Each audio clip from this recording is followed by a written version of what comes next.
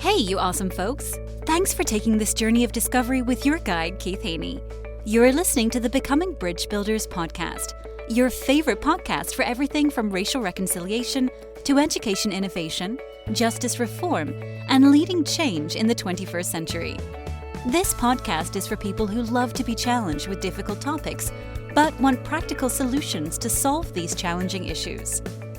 Becoming Bridge Builders makes change possible. Each week on the podcast, Keith invites innovative thought leaders to share how they are building bridges in their area of expertise. You will hear breakthrough ideas and concepts that are changing the world. He's featuring guests who are best-selling authors, leaders at Microsoft, entrepreneurs, leading educators, professors, lawyers, and so many more. Listen in to learn how you can be the bridge to the change you are seeking. Well, Mark, welcome to the podcast. How are you doing today? I'm doing well and looking forward to this. I am looking forward to it as well. So I'm going to ask you my favorite opening question to kind of get the ball rolling here. What's the best piece of advice you ever received? I think it's amazing that you're asking that right out of the gate, because I've been asked that kind of question. Oh, no, here's my favorite question. Why do we save the favorite questions for last? It's like, no, it's not your it's just your go-to question. So the favorite question to start, what is the best piece of advice I ever received? There are a number of things we can always point to. So I just got to focus it up and say something like this, which is a true thing. My dad used to say, if you ask, you might get. If you don't ask, you won't get. And then something like after that, he'd say, this is life, or that is life. Okay. So in other words, give it a try. I think it was Jesus, or no, not Jesus, it's the scripture, but cast your bread on many waters. That's Ecclesiastes, right? Cast your bread on many waters. And that idea of sow your seed broadly, now that was Jesus, and stuff comes up in different places. And then there's this place where there is real fruit, but you don't do that if you're not scattering the seed, if you're not casting the bread, if you're not asking, right. You're not going to have the opportunities. And if you are too afraid or too shy or something along that line, you won't. You can make failure happen. And success might happen, and it's more likely to happen through repeated effort and sustained effort. That's true. And failure is very easy to accomplish. You don't have to do anything. Right. To get to failure. Exactly. I'm curious, Mark, as you think about your life and your journey, who are some people in your life who served as a mentor or inspiration for you? I'll kind of give you a chance to give them a shout out for having such a critical part in your life. Yeah. I am a very fortunate person, and this is one of my favorite things to talk about because mentoring is a key part of leadership. Otherwise, we're not really leading. So my father had a sense that his son was somewhat precocious and needed some guidance, and so he strategically placed mentors in my life. I knew about some of them; others I found out afterwards. But people would call me up and say, hey, I want to take you out to lunch, or I want to take you out to breakfast on this Saturday, or why don't you come along with me? I'm going to run some errands and we'll talk a bit. I thought this is what adults do. I thought this was normal. I thought every person gets this, and didn't realize until I was actually an adult that no, this is a very, very special endowment that I've been given by that kind of investment. So I have a very specific one to tell you about, but that garden that my dad helped me to grow, or he placed me in, what a gift that was. There's one person in particular, he's now deceased, Bill Claufenstein. Bill was a president of a property and casualty insurance company, Brotherhood Mutual, based in Fort Wayne, Indiana. That's where I grew up. He attended the same church we did. He was now retired, so he was not the president anymore. I knew him as this short, round, bald-headed guy, kind of like me, that I went to church with, but was also very friendly and all. But anyway, he would come up to me strategically throughout my teen years, and he'd find me after a church service, and he'd get me not up against the wall, but he'd find me kind of in this spot, and he'd get in real close in my face, and same height, and he'd say, Mark, I pray for you every morning at breakfast. There is something special about you. God has his hand on your life. I don't know what it is. I hope you'll listen. I hope you'll pay attention. And this was not a guy who was saying it to every 15-year-old boy he saw. He was saying it, and it didn't matter. He was saying it to me. First time, I'm like, wow, this is strange. Second time, this is getting a little heebie-jeebie, And the third time, I'm starting to listen because he was serious about it. And it was like drips in my bucket. Every now and then, here's this drop of water he's pouring in, reminding me that he's watching, he's observing, he cares. He hopes I'll grow up and be respectable, have a virtue, have a character. This is a guy that could have retired anywhere he wanted. He'd had a life, and he chose to invest in me in that very encouraging way. So that's one that's very memorable, mostly because of how persistent and rhythmic he was with that encouragement. I love that. And I remember going when I was a younger pastor. I'd been out for a while, and I started going. What I really missed was I didn't have a mentor when I was a young pastor, and it would have been so helpful to have someone to kind of bounce my crazy ideas off of. Yeah, somebody who takes you seriously, and then asks you questions to draw out implications, so you realize, hey, this is a great idea, or that is a stinky idea. I should not do this. Right. Exactly. Yeah. And I remember taking the time to do that with younger pastors. I noticed, and later on in life, I'm going, let me just find a young pastor that I can just walk alongside if he's open to it, and just be a sounding board for him. And good for you, because then you did this other kind of corollary to what my dad was saying when he said, if you ask, you might get. If you don't ask, you don't get. Sort of like, well, there are things that you weren't given. You can whine about it, or you can help give it to other people. Right. But don't waste any more time on the whine part. You weren't endowed with it. It wasn't available to you, and that's actually cast light to that generation before you, that they didn't think about it. It wasn't a part of their leadership fabric. But you can help it be a fabric for other people. Out of the deficit, as well as whether you've been given an asset like I had, right? So good for you. Yeah, and it was so neat because as I was reflecting back on my 32 years in ministry, people comment on my social media about thanks for being there, walking us through some dark times. And I hadn't thought about it, but it was kind of like a nice to go back and look at those moments. That's and go, a gift. That was kind of fun to be able to be there for you for that. So wonderful. That your father thought about that for you. I hope the audience hears that and says, can I do the same thing for my kids? Are there people I can put in their life who would be good mentors for them, that would have those kind of conversation with them, and think about who are those people you'd want to go visit your kids? Right. And that stuff often takes just a moment. So we can also ask ourselves, who can I be that for? Right. Like who's out there that will benefit from me popping this text into them because I was thinking about them.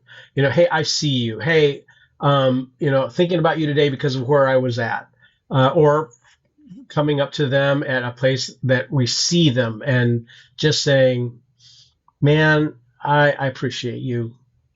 Nobody gets enough of that in their lives. Yeah, definitely.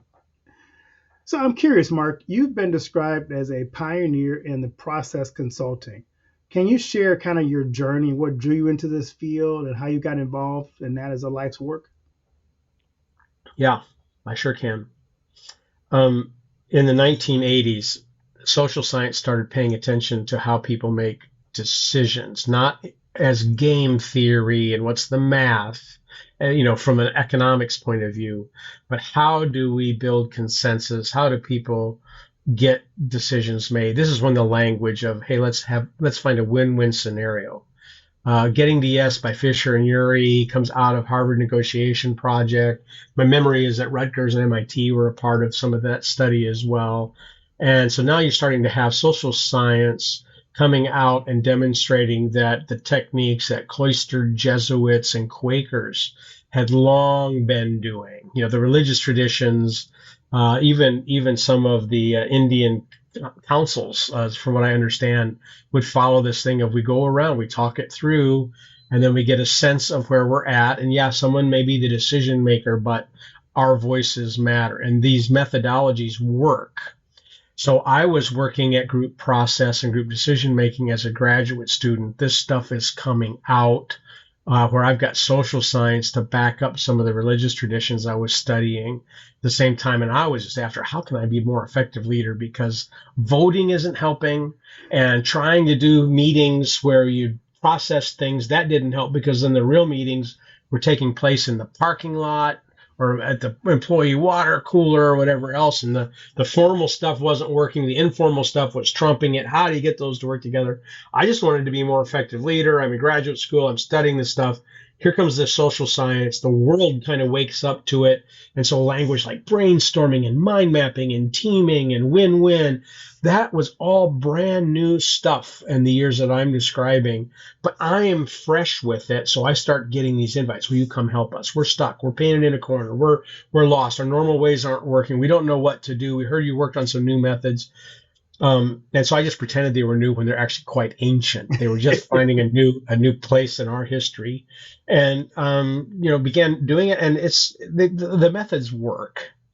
They work. They work repeatedly. And so a career was born in the middle of that I hadn't planned for. I just found that I had some adeptness for it.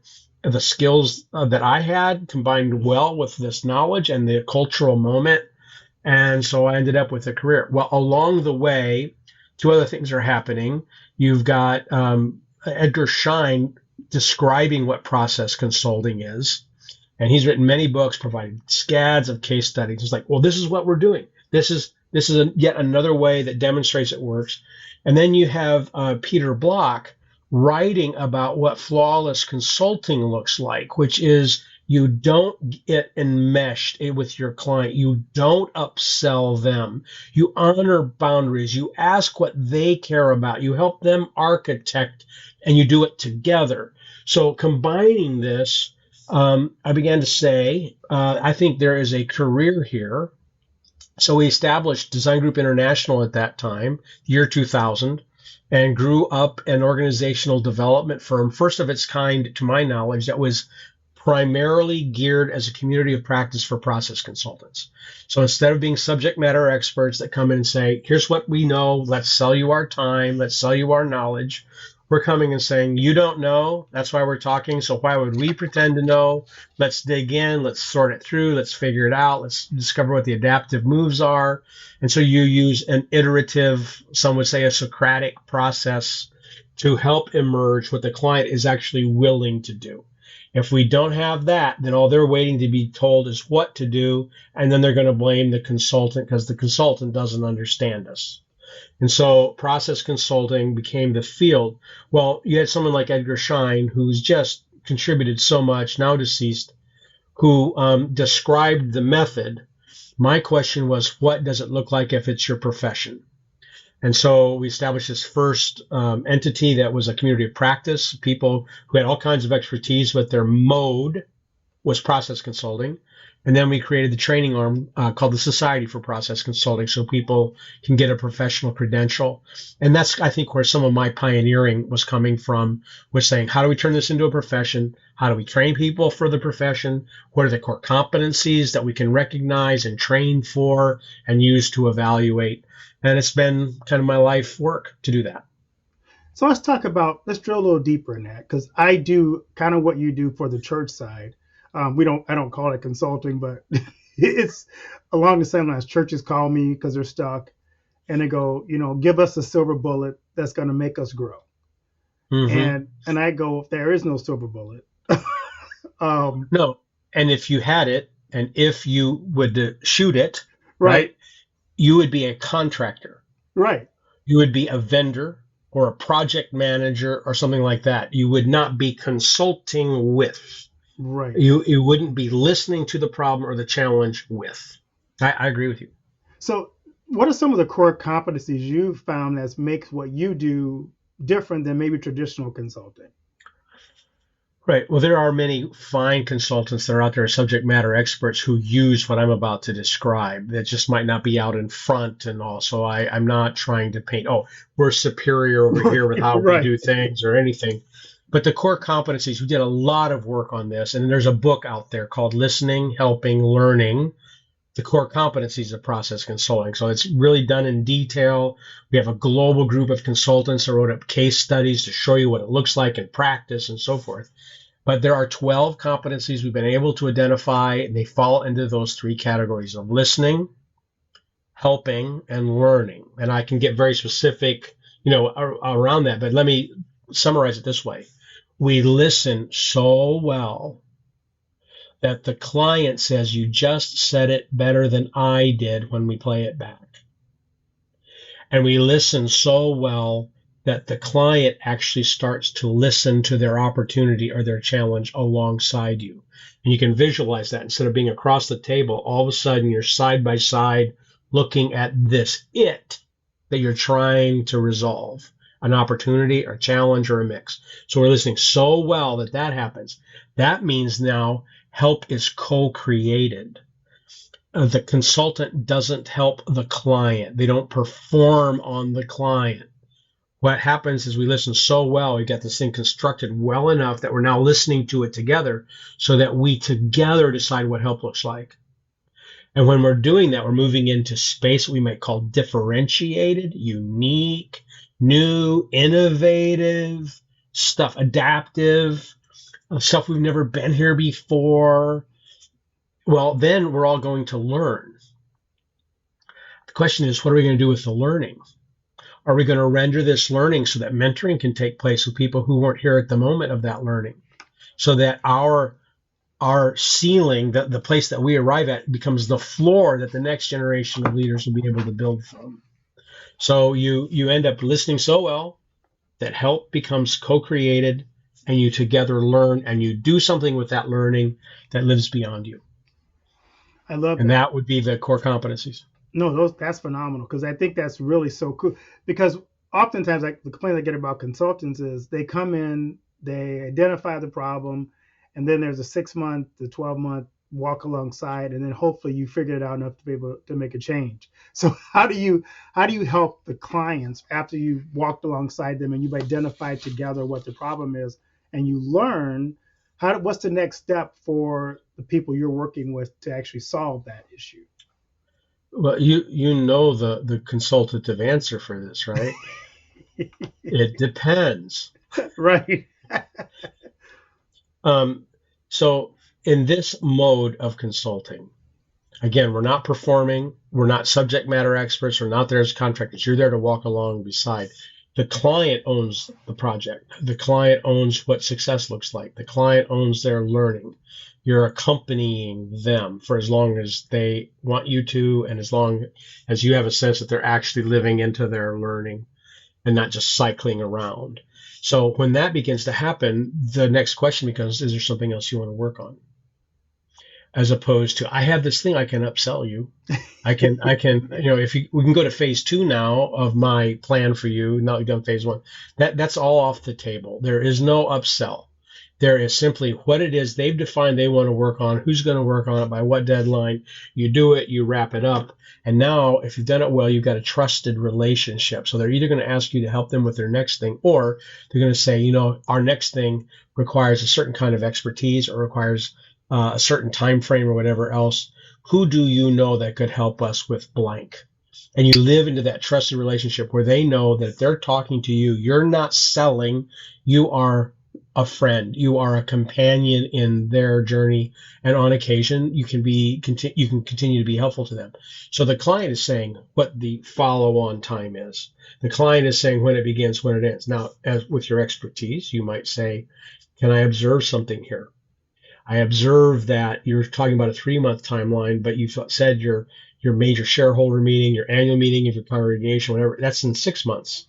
I don't see it lining up quite right. Can we talk about that? So you can bring those kinds of observations as opposed to bringing pronouncements, but they are the ones who are in charge. They own this process. So from the get-go, you are planning to go away, as opposed to being anxious. How do I get another gig with you so that I can meet my goals, my production goals? You have to have dealt with your anxiety in such a way that you are not You are not there to sell. You are there to help the client succeed, and with a belief that this way of working will produce other opportunities. I love that, and that's so critical is what you do. I'm curious, as you think about consulting, um, sometimes I think about consultants. You have special areas where you excel. Is there an area of business or area of type of client that you look for versus we can work with anybody? Yeah, that's a big problem, isn't it? The person who often is starting out feels like I am a hammer for everybody's nail, you know? Right. And what that means is that they will do mediocre work, because they'll feel like they have to have an answer, they have to perform well. So there are ways that a person can set up a consulting business where they don't have to be yes to everything, but they can refer, they can be networked, they can actually work with other experts that may already have a strong client relationship with your client. So you need to get past that hurdle right away. Otherwise, you're going to get a bad reputation. Then the other piece is, well, then what market are you serving and what place within an organization do you prefer to serve? So the work of doing some business planning, putting a business plan together is really a wise thing for a person who wants to have a consulting practice to do, so that they know what their market is and they know what their brand is and they know what their values are so that they can match up with their client instead of trying to be everything to everyone. In process consulting, it translates across all kinds of industry and all kinds of verticals. Yet it is not the best thing when somebody needs a very specific piece of expertise. So let's say you're working on a great big accounting problem and you're using a specific software. If you call me up and I start saying, well, why does this matter to you? And who's going to play what role? You're not looking for a consultant, really. You're looking for an answer. And you know specifically what the problem is, and you're not looking for an ongoing trusted relationship. You just want customer service.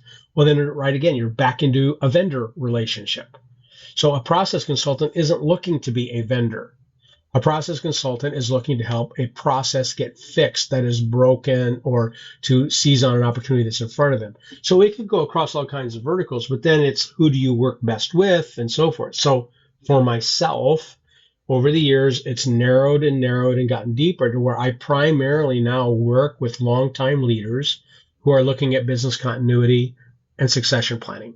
I work with nonprofits, I work with faith-based organizations, I work with churches, I work with manufacturers, stockholder companies and all, but it's almost always that much narrower band of business continuity and succession. I've learned to think of it as one of the places where to be a process consultant, you're at the highest art form because there's so much value that can get lost. There's so much that can go wrong. There's so many moving parts when you're looking at wanting to transition from one long-standing leader to a next without losing a step. So a phrase I use is my lane is who wants to help a slingshot their successor into the future. Those are my clients. I'm working with several nonprofits right now, and that idea of succession has come up. I wonder, what is the greatest challenge you found in really putting together an effective succession plan? What are some of the hurdles? Yeah, there are two really big ones that come to mind right away. One is this thing that continuity and succession are often divorced from each other, seen as different compartments. So continuity tends to become buildings and grounds and equipment and maybe some things around a set of services or products. And succession tends to be rooted in talent. So it might be over here, you've got a finance committee or a property committee or other technical skills happening. And then with the succession, you're looking at HR or maybe a committee of a board, or maybe it's just a key leader appointing people, because they think it's their choice. Well, continuity and succession are two peas in a similar pod. They influence each other. They affect each other. It's really wise to plan them both. Your talent continuity and your equipment and facility continuity is what helps the business or the enterprise continue. So it's not helpful when they're a separate conversation. They get their timing messed up. So let's say it this way. If I'm thinking, all right, we need to plan for a capital savings account to replace the roof on a building. but the talent isn't paying attention to that and isn't monitoring that and isn't building it into the future balance sheet of things. We can say we're setting up the account, but it's not being populated with dollars in a rhythm that sets us up, which would mean then that a successor has to take care of the new roof repair when it could have been planned for all along. So it's that kind of thing. When that's not brought together, that's a big problem. The other one that I would point to is that a lot of leaders think of this in a binary choice. So choice one, when you're done, you go away. You disappear. You never talk to anybody again, because look at all of the damage that's been done by leaders that couldn't let go. So that's one choice that they see. The other is you can't let go. Look at the number of stories where the founder, the longtime leader leaves and the whole thing collapses. They've got abundant evidence, and it's either you hang on and make sure that the successor can go, or get out of here and let them fail on their own, right? And if that's the only choice we had, I'd say, well, then probably getting out is more effective than trying to linger. And yet there is a way of being planful. When we start enterprises, we have to plan. We have to document. We got to write it up. The bank won't give us a loan otherwise. The investors won't give us money. Donors aren't going to give us money. Now, if you're going to start like a new church or a new nonprofit, you've got months of work to pull a board together, to get the application filled out, to wait for approval before you can accept donations and give tax receipts and all that stuff. Lots and lots and lots of work. We're very thoughtful about it. When it comes to succession, we think we should just be able to ride the momentum that we're on. But you're planning for, hopefully, a future beyond the current time that you plan for. So planning matters, and that includes planning the stair-stepping down while someone else is stair-stepping in, for it to be transparent, for it to be authentic, for it to be visible to other leaders like a board or to a bank or whoever else needs to see it, just like we did when we started. And that's a choice that is where we find the success stories. What people tend to want to do is to point to the failure stories to justify which side of that binary choice they want to make. The success stories are found in these planful forms of succession, whether they went quickly or more slowly. I can think of several churches that I've observed and I've even been part of, where when the charismatic leader who founded the place left, the next generation of leaders did not do as well, and the church suffered. Right. Can you give an example of some succession plan you worked with? Not necessarily to give us a name, but just kind of the process they use to have a smooth transition to a successor.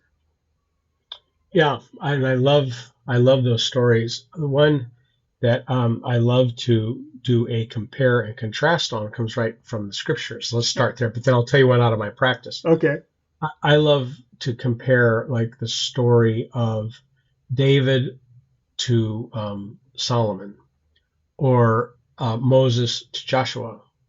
And Moses had failures along the way. Let's not forget his brother, his sister, others who thought they should have leadership and all that. I mean, there's just so many stories of where it didn't go well, but then it did. And you don't find that Moses abruptly walked away from Joshua, or that Jesus abruptly walked away from the disciples. Did leave, did go away, did die, did ascend, whatever else. But they had this time of working together and trying things and talking about what it would be like when they were leading. And you got this very deliberate form of handing off. One favorite story of mine just came more recently, where with this client, they were the CEO. And they had a business. They've been growing significantly year over year, about tripled their size in the 10 years that I worked with him. I wish I could take some credit for it, but I sure got to enjoy watching the story. And he was pretty sure he'd be in that business for another 10 years, but he also knew that the next round of growth meant he had to have a good, strong number two, someone who could operate the business someday and so forth. So they actually went out. They didn't have an internal person. Oftentimes there is, but in this case there was not. They found an external hire from within their industry who already was known by some of the other key players in this growing business. And they brought him in. He had a significant C-suite type of a role, promoted him to be like a COO of the whole thing. And this helped the organization then begin to determine what's our next round of growth. Because now the CEO could really start to look at future value. He wasn't being drugged down into the business nearly as much. So he's looking externally, what's next for us? They start getting really, really strategic. And it became clear they either needed a new round of investing from inside or they need to go get some external investors. And they were able, because of this very deliberate process, and this hardly ever happens, but they actually sent a notice out to potential investors to say, we're sponsoring the beauty contest. Normally it runs the other way around. Like, we have to prove to you that, we're worth investing in, and you'll do all the question asking. No, you're going to come, if you think we're worth it, we have questions we want to ask of you. We have some specifics that we want. We want to keep our leadership team intact and all of that. We were looking for a long-term play.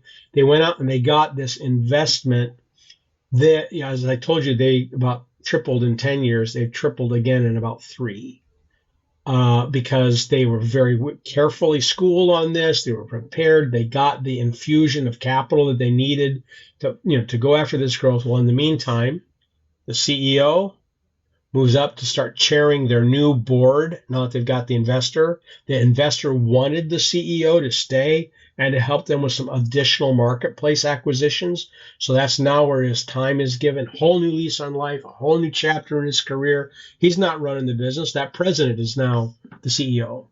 So that'd be an example. Well, that was about a 3-year, very deliberate journey. There were a lot of moments of, oh my goodness. And this is a complete change for me in my career. I don't get to just ride my horse who's more tired into the sunset, and retire. It became, do I have a charge to go another 5 years or more to do this thing? It was really exciting to watch that all unfold. That is great. I love that story. As you think about where consulting is going in the future, what do you see as an emerging trend in this realm?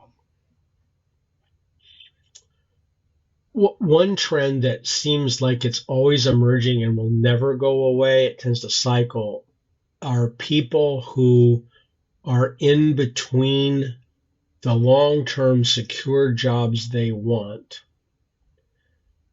and are trying to fill the space with gig work. And so they get a website, call themselves consultants, they make themselves available. And oftentimes it's really more like contractor work, again, take on these projects and so forth. But that tends to flood the market and it tends to be underpriced. And folks like this aren't building a platform where they care all that much about customer service. So once they get more than 2 or 3 clients, they're not doing the stuff to keep building business after that. And they don't have the infrastructure in place to handle that 4th or 5th client. And if they try, then they run into a failure, then they want out. Or one of those clients now wants to hire them permanently, and that's what they're looking for. And so they go. So we have this thing. Well, with all of the federal layoffs, especially federal, you have a lot of flooding the market again of people who are like, well, I did all this thing for 20 years for the VA. I did the stuff for the State House. I ran these aid programs, really beautiful work that they got to do. They're trying to put food on their table. They might feel like they can't, land at the next job very easily, but they know this thing. So they start shopping around, trying to do piece together gig work. I wish them well. I also note that will dissipate and some might succeed, but it floods and it goes away. And so right now that's trending up, is that there are more people putting themselves into the marketplace as consultants. That being said, more and more right now, you're going to see people say, I have something to say about AI. I have something that can help you get that installed. Well, I'll go right back to say they may use some process consulting skills with that. They should, they need to, but it's primarily let's deliver the goods. And it's not quite the same as let's sit down and figure this out. So for the process consultant, in the purest form, you'd be helping them to determine which AI vendor they want to work with. or someone who can help them implement it and that kind of thing. But AI is really starting to crowd that space. Let's add one more thing. AI threatens to do consultative work. Why should I ask you and pay you $1,000 an hour or $1,000 a day or whatever it is when I can pay my $150 a year to a chat GPT or something similar and ask it some questions. There's more we could talk about with that, but those are trends. Okay, I love that. So tell us a little bit about your book. Why did you write it, and who do you hope picks it up and reads it? Listening, Helping, Learning was written because we were putting together a way of saying this is the profession of this form of consulting, and we need people to know what it looks like when it's done well. The client needs to know what it looks like when it's done well. A consultant who says, I'm a process consultant, needs to know what it looks like when it's done well. And other process consultants, other people who are in this field, be able to say, you do it well, or this is a problem. And to be able to have some common expectations among competitors and colleagues and so forth of what this looks like. There's no standard, there's no other evaluative body. So let's put this together so that we can police ourselves, so to speak, in this regard. So clients who want a different way of working with consultants, this book's really good. Internal project managers, like I run things internal to my company, but I want to use the process style. I want us to learn to iterate, facilitate our meetings better, keep track of our documents, what we would call the artifacts of a process, follow our process. This is excellent for them. And of course, then the person who says, I don't want to spend my life trying to just sell a service. I want to have long-term relationships with clients that are trustable, trustworthy, and where we do high impact work together and we foster transformative change together. That of course it's written for them. And so those are who I hope read it, make use of it. What I love is the 24 case studies. There's 2 case studies for all 12 of the competencies. They make for great staff training conversations, collegial and professional conversations. How would we do this? They follow the HBR type of methodology where they're mashups of 2 or 3 scenarios where all the stuff that's in them are true, but you can't recognize who it is because it's not just one entity. And I've had a lot of fun because I've had some people say, I had to go look it up. I had to Google to see if this was a real company. It just felt so real. And I found out it wasn't. But are you sure it's not a real company? Who is that really? And it's like, it's a mashup. All Right. of these things have happened, but not in this combination. I love it. So in season 6, we have a surprise question for the guests. Pick a number between 1 and 4 for your surprise question. 1 and 4? Yep. Okay, for the minute there, I thought you said 1 and 400. Oh, yeah, no. No, let's take 3. I'll take 3. All right. Your surprise question is, what's something I would never guess about you? What is something that you would never guess about me?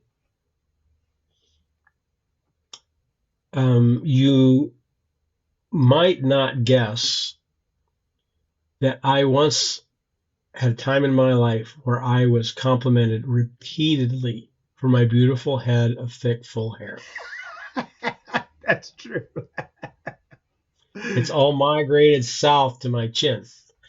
But yes, you do have a lovely beard. When I was 18, 19 years old, I didn't have a true mullet. That's not what I did, but I had that longish Jackson Brown kind of thing going. Pretty good looking for a 19-year-old guy with the hair anyway. I love that. So here's my other favorite question. What do you want your legacy to be?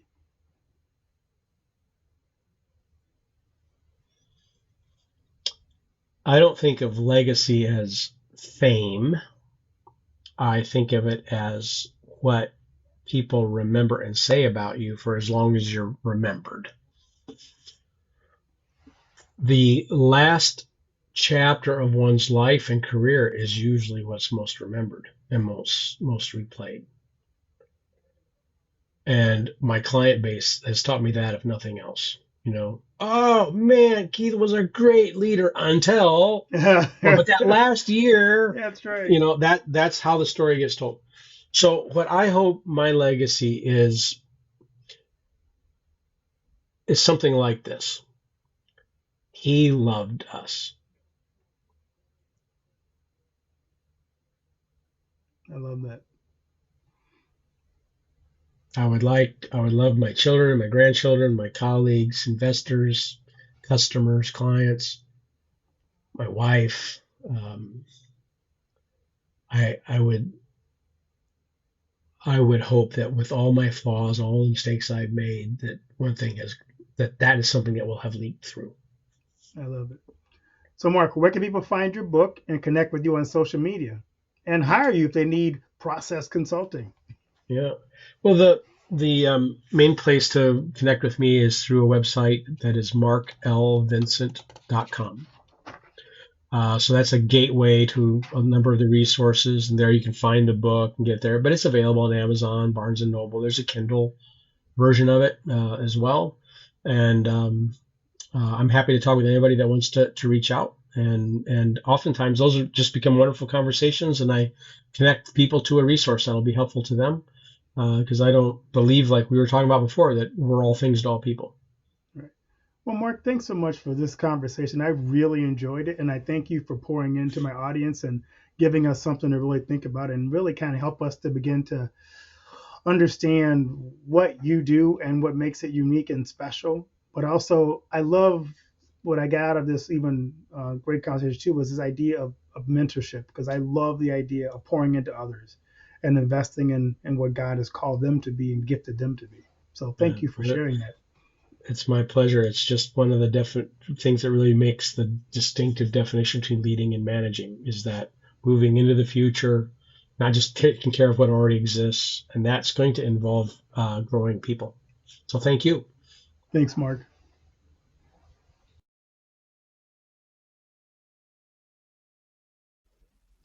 Do you know that most entrepreneurs hit a revenue ceiling and have no idea why? They're working harder, spending more money, running more ads, but revenue stays flat. My friend Dr. Noah St. John calls this the invisible break. He's giving our listeners a free revenue ceiling audit to help you see what's really holding you back.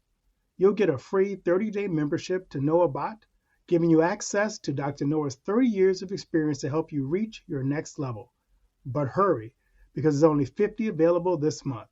So if you're tired of being stuck at the same revenue level and want to finally break through, get your free revenue ceiling audit at drnoahvault.com in the affiliate link that'll be listed in the show notes. Thanks for listening to Becoming Bridge Builder. If you enjoyed this episode and want to help support the podcast, please subscribe and share it with others. Post about it on social media or leave a rating and review. To catch all the latest from me, you can follow me on Instagram at bkeithhaney and on Getter and Twitter at RevHeadpin. Thanks again and tune in next time.